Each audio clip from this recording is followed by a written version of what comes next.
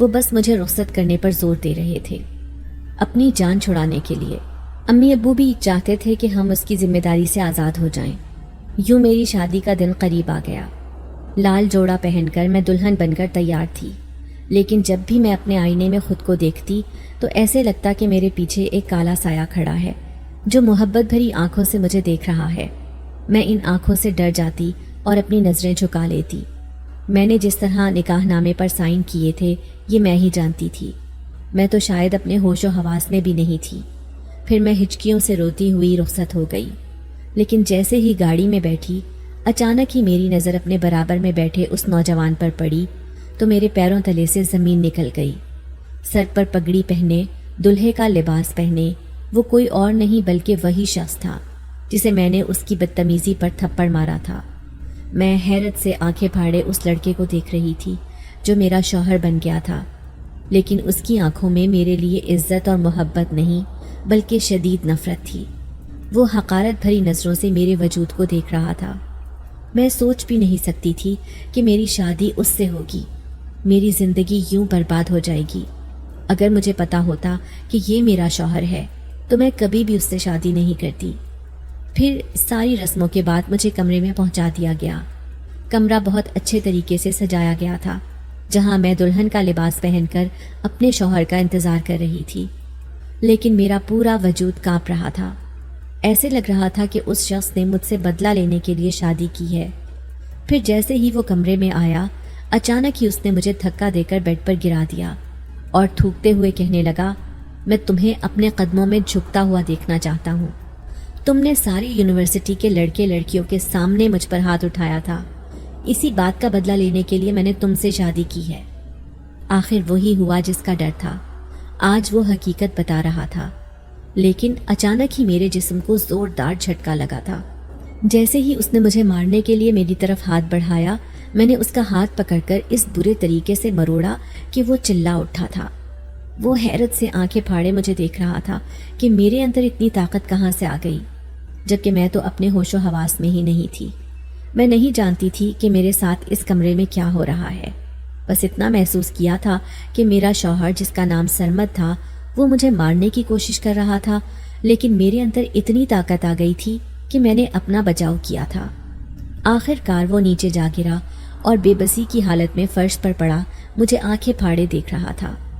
اچانک اس کی آنکھوں میں مجھے خوف محسوس ہوا، جیسے وہ کسی چیز کو دیکھ کر خوف زدہ ہو۔ پھر دوسرے دن بھی اس نے مجھ سے بات نہیں کی، حالانکہ میرے گھر والے ولیمے کے بعد مجھے اپنے ساتھ لے گئے تھے۔ پھر بڑی بہن اور امی کریت کریت کر مجھ سے پوچھنے لگیں کہ تم ٹھیک تو ہو، تمہارا شوہر تو تمہارے ساتھ ٹھیک ہے نا، ایسا ویسا کچھ ہوا تو نہیں؟ لیکن مجھے کچھ بھی یاد نہیں تھا۔ میں نے ان سے ایک لفظ بھی نہیں کہا۔ میری ساری کزنز مجھ سے پوچھ رہی تھیں کہ مجھے منہ دکھائی میں کیا ملا، لیکن مجھے کچھ بھی نہیں ملا تھا، اسی لیے میں انہیں کیا دکھاتی۔ لیکن اس بار میں اپنے سسرال نہیں جانا چاہتی تھی۔ میں دعا کر رہی تھی کہ وہ مجھے لینے نہ آئے، لیکن میری دعا قبول نہیں ہوئی اور میری نند اور ساس مجھے لینے آ گئے، جبکہ میرا شوہر ان کے ساتھ نہیں آیا تھا۔ کہنے کو تو وہ میرا شوہر تھا، لیکن اس نے مجھ سے بدلہ لینے کے لیے شادی کی تھی۔ میں جانتی تھی کہ ایک نہ ایک دن وہ مجھے چھوڑ دے گا۔ پھر میں اپنے سسرال آ گئی، لیکن شوہر نے میری طرف آنکھ اٹھا کر بھی نہیں دیکھا۔ پھر اس رات وہ غصے سے مجھے کہنے لگا، سچ سچ بتاؤ اس دن تمہیں کیا ہوا تھا؟ میں حیران تھی کہ وہ کس دن کی بات کر رہا ہے۔ پھر مجھے یاد آیا کہ اس دن وہ مجھے مارنے کے لیے بڑھا تھا، لیکن اس کے بعد مجھے کچھ ہوش نہیں رہا تھا۔ اب وہ مجھ سے پوچھ رہا تھا۔ پھر کہنے لگا کہ میں نے یہ شادی صرف تم سے بدلہ لینے کے لیے کی ہے، اس لیے میں تم سے اپنا بدلہ لے کر رہوں گا۔ لیکن اچانک ہی میری آواز بدل گئی۔ میں آگ بگولا نظروں سے اسے گھورتے ہوئے کہنے لگی، تم مجھ سے بدلہ لوگے؟ لے کر دکھاؤ، میں تمہارا حشر برا کر دوں گی۔ میں نے اسے زوردار دھکا دیا تو وہ بیڈ سے نیچے جا گرا۔ اس کے بازو میں چوٹ آئی تھی۔ ایک دم ہی جیسے مجھے ہوش آیا تھا، میں پاگلوں کی طرح اسے نیچے گرا ہوا دیکھ رہی تھی۔ اس سے اٹھا بھی نہیں جا رہا تھا۔ میں اسے اٹھانے لگی تو اس نے مجھے پیچھے دھکیل دیا اور خود کمرے سے باہر چلا گیا۔ دوسرے دن وہ اپنی ماں سے کہنے لگا، یہ لڑکی پاگل ہے، اسے اس گھر سے باہر نکالو۔ اس کی ماں حیران ہو کر کہنے لگی، تم نے تو اپنی پسند سے شادی کی ہے، پھر یہ پاگل کیسے ہو سکتی ہے؟ میں سر جھکائے کھڑی تھی۔ ہر وقت اپنا دوپٹہ سر پر اوڑے رکھتی۔ اب میرا شوہر اس رات مجھ سے پوچھنے لگا، سچ بتاؤ کہ تمہیں اچانک کیا ہو جاتا ہے؟ پہلے تم کمزور نظر آتی ہو، لیکن اچانک ہی تمہارے اندر اتنی طاقت آ جاتی ہے۔ کیا تم نے مجھ پر کوئی جادو وغیرہ کیا ہے کہ میں تمہارے سامنے خود کو بالکل بے بس محسوس کرتا ہوں؟ میں روتے ہوئے کہنے لگی، میں آپ کو یہ حقیقت بتا رہی ہوں۔ بڑی مشکل سے میں نے اپنے دل کو راضی کیا تھا اس شادی کرنے کے لیے، کیونکہ میرے ساتھ ایک دوسرا معاملہ تھا۔ وہ چونک کر مجھے دیکھتے ہوئے کہنے لگا، کیسا معاملہ ہے؟ میں کہنے لگی کہ میرے ساتھ ایک غیر فطری مخلوق ہے، نہ جانے وہ کس شکل میں ہے، میں اسے نہیں جانتی، لیکن وہ ہر جگہ مجھے دکھائی دیتا ہے، مجھے محسوس ہوتا ہے۔ یہی وجہ ہے کہ جب بھی آپ میرے ساتھ کچھ غلط کرنا چاہتے ہیں تو وہ آپ کے اور میرے بیچ میں آ جاتا ہے۔ وہ حیرت سے مجھے دیکھ رہا تھا، کہنے لگا، ایسا کیسے ممکن ہے؟ مجھے لگتا ہے کہ تمہیں کوئی غلط فہمی ہوئی ہے۔ تبھی میں اسے کہنے لگی کہ یہی حقیقت ہے، ابھی بھی وہ آپ کے پیچھے موجود ہے۔ اس نے خوفزدہ ہو کر پیچھے پلٹ کر دیکھا۔ اچانک ہی کھڑکی کے پردے زور زور سے ہلنے لگے۔ یہ دیکھ کر اس کے رونگٹے کھڑے ہو گئے تھے، جبکہ میں اپنی جگہ پر ساکت بیٹھی تھی۔ میں جانتی تھی کہ وہ یہیں کہیں ہے۔ یہ جان کر کہ میں ایک آسیب زدہ لڑکی ہوں، وہ اپنا بدلہ لینا بھول چکا تھا۔ اب وہ کسی طرح سے مجھے یہاں سے نکالنا چاہتا تھا، لیکن اس کے ماں اور باپ نے سختی سے اسے منع کر دیا اور کہنے لگے کہ تم ہی کہتے تھے کہ تم نے ایک ایسی لڑکی سے شادی کرنی ہے جو شرعی پردہ کرتی ہو۔ اب یہ لڑکی تو بہت پردے دار اور دیندار ہے، اس سے بہتر تمہیں بیوی نہیں ملے گی، اس لیے اسے چھوڑنے کا خیال اپنے دل میں نہ لانا۔ پہلے ہی تمہاری شادی سے پہلے کی حرکتوں سے ہم پریشان رہتے تھے۔ اب وہ مجبور ہو گیا تھا مجھے اپنے ساتھ رکھنے پر، لیکن کوئی بھی نہیں جانتا تھا کہ وہ مجھ سے محبت نہیں بلکہ مجھ سے شدید نفرت کرتا ہے۔ اس نے تو شادی بدلہ لینے کے لیے کی تھی، لیکن نہ جانے کس وجہ سے وہ مسلسل ناکام ہو رہا تھا۔ پھر ایک دن وہ کہنے لگا، میں تمہیں رات کو دیکھ کر ڈر گیا تھا، تم بال کھول کر کھڑکی میں کھڑی تھی۔ وہ مجھے شک بھری نظروں سے دیکھ رہا تھا۔ میں بے بسی سے اسے کہنے لگی، اس میں میرا کوئی قصور نہیں، وہ جو کوئی بھی میرے پیچھے ہے وہی مجھ سے یہ سب کرواتا ہے۔ اگلے دن میرا شوہر مجھے اپنے ساتھ لے کر جا رہا تھا، جبکہ میں جانا نہیں چاہتی تھی۔ میں نے مکمل پردہ کیا ہوا تھا۔ میں اپنی ساس سے کہنے لگی، یہ مجھے زبردستی میرے گھر چھوڑ کر آ رہے ہیں۔ تو وہ غصے سے کہنے لگا، میں تمہیں تمہارے گھر نہیں بلکہ ایک عامل بابا کے پاس لے کر جا رہا ہوں۔ میری ساس حیران ہو کر کہنے لگی، کیوں؟ ایسی ضرورت کیوں پیش آئی؟ تم بہو کو کیوں لے کر جا رہے ہو؟ تبھی وہ غصے سے کہنے لگا، کیونکہ آپ کی بہو ایک آسیب زدہ لڑکی ہے، مجھے اس سے خوف محسوس ہوتا ہے۔ آپ نہیں جانتی کہ یہ رات کو عجیب و غریب حرکتیں کرتی ہے۔ اس نے سارے گھر والوں کے سامنے میری پول کھول دی تھی اور میں شرمندگی سے سر جھکائے کھڑی تھی۔ پھر اس کے کہنے پر میں اس کے ساتھ چلی آئی۔ اب میں نے اپنی زندگی کی ڈور اس کے ہاتھ میں تھما دی تھی۔ میں ایک کٹ پتلی بن گئی تھی۔ پھر میں نے دیکھا کہ وہ سچ میں ہی مجھے ایک عامل کے پاس لے کر آیا تھا، جہاں پر بہت رش تھا۔ بڑے بڑے امیر لوگ اس عامل کے پاس آئے ہوئے تھے۔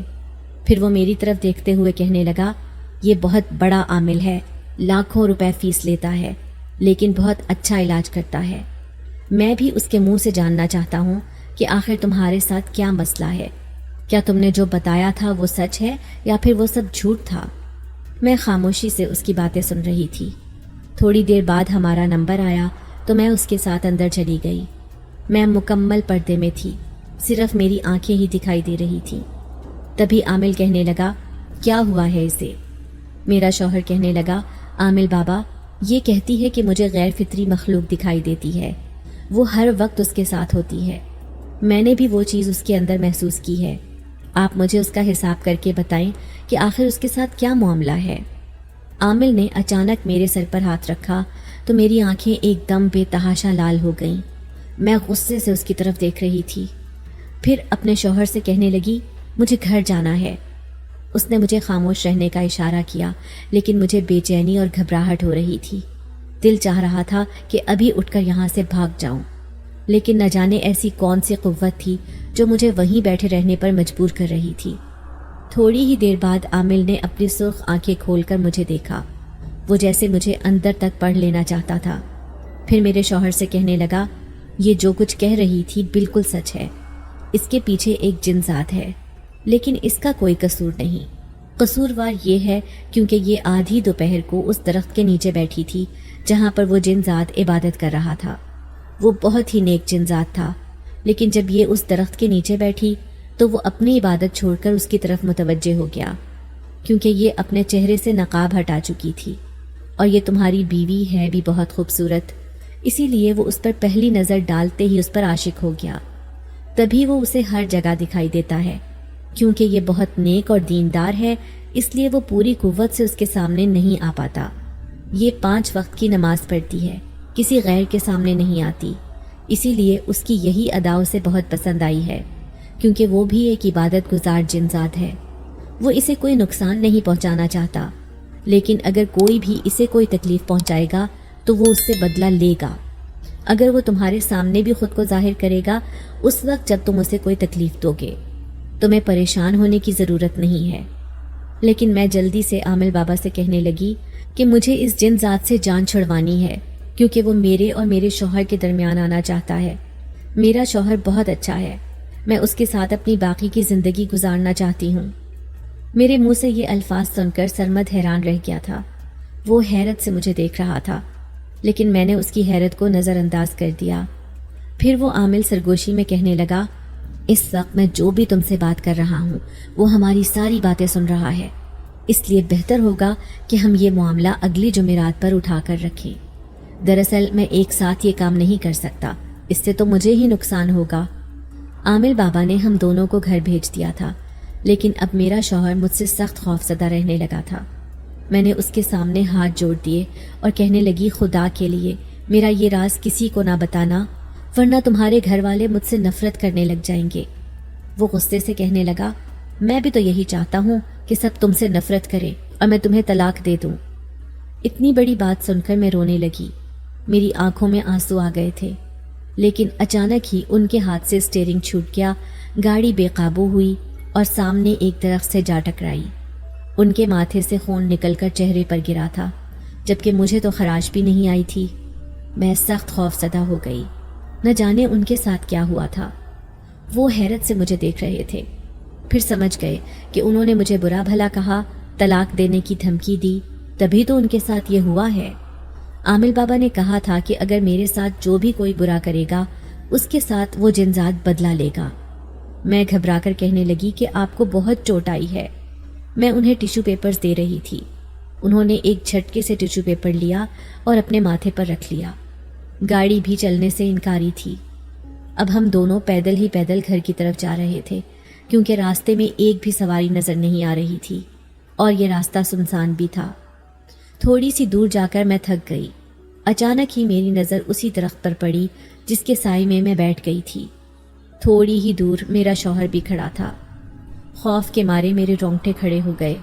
یہ درخت تو وہی تھا جہاں پر میں پہلی بار بیٹھی تھی، اور اس کے بعد سے ہی میرے ساتھ یہ سب ہوا تھا۔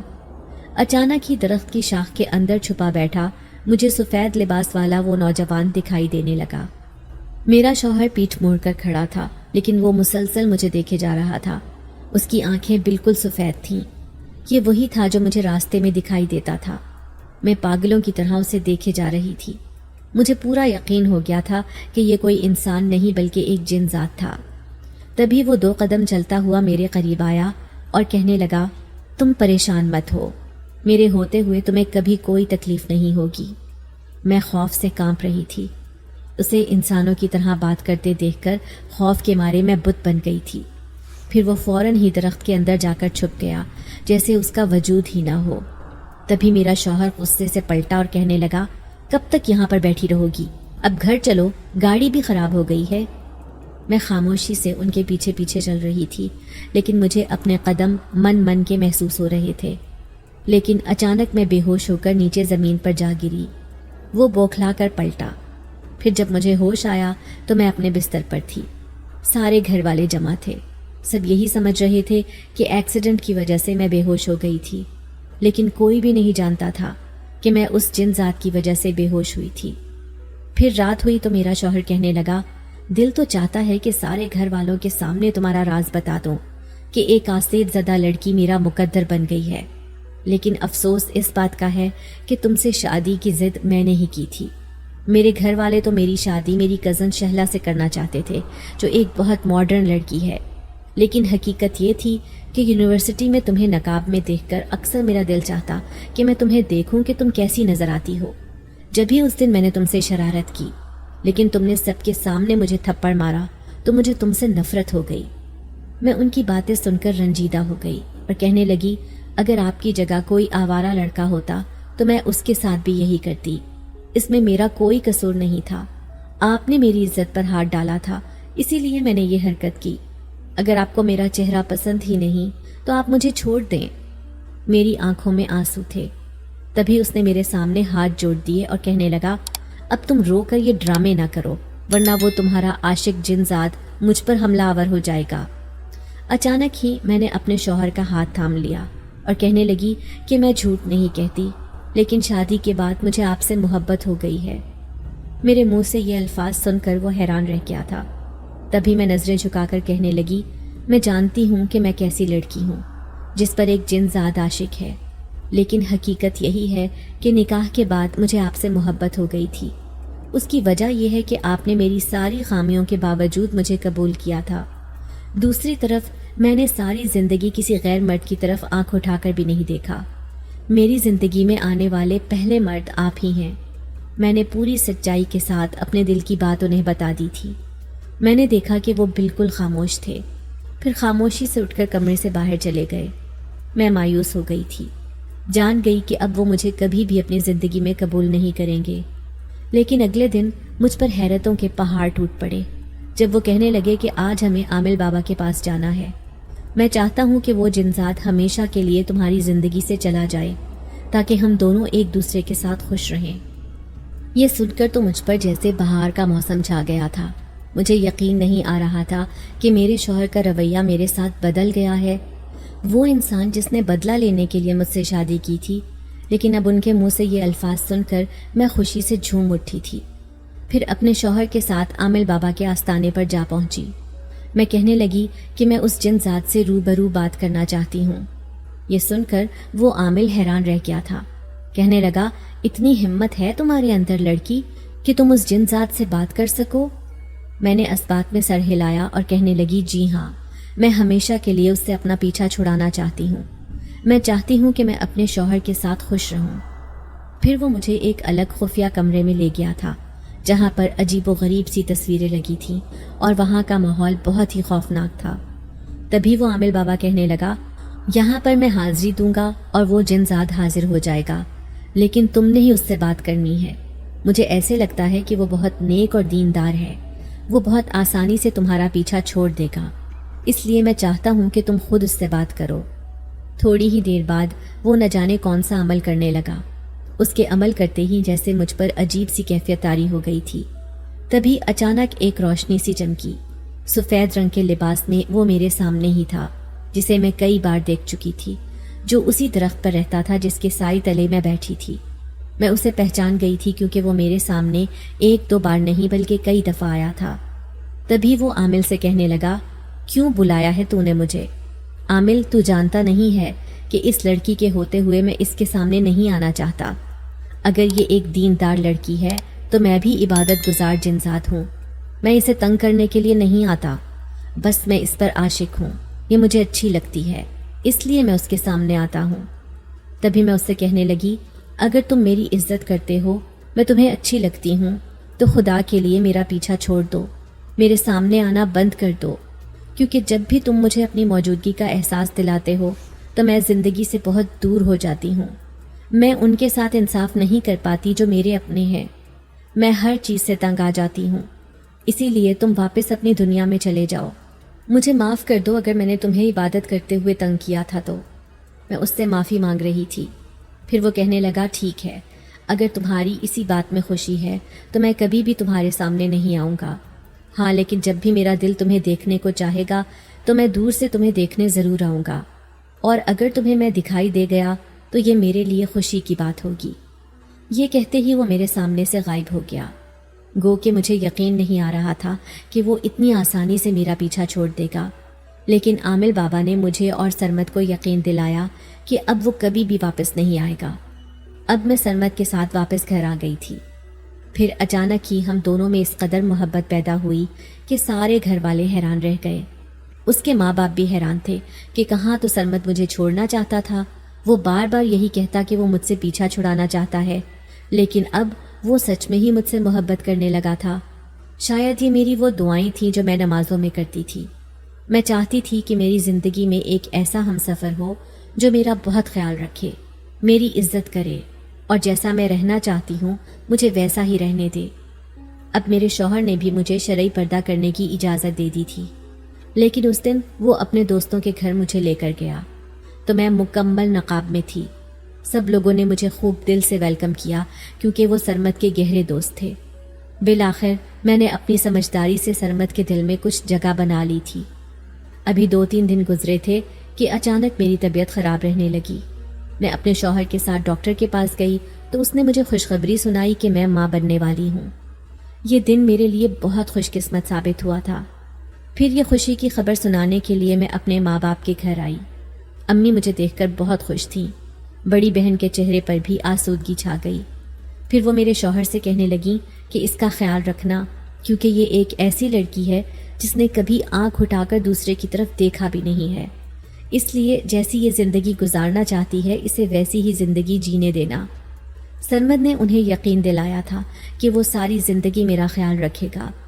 اب بھی اکثر راتوں کو کبھی کبھی مجھے محسوس ہوتا ہے جیسے کوئی دور کھڑا مجھے دیکھ رہا ہو، لیکن میں اس کے بارے میں کسی کو کبھی کچھ نہیں بتاتی، کیونکہ اس جن ذات نے مجھے کہا تھا کہ اگر کبھی اس کا دل چاہے گا مجھ سے ملنے کا تو وہ میرے سامنے آئے گا، اور میں اب کسی کو بھی یہ بات نہیں بتاتی۔ آج بھی مجھے اس جن ذات کی موجودگی محسوس ہوتی ہے،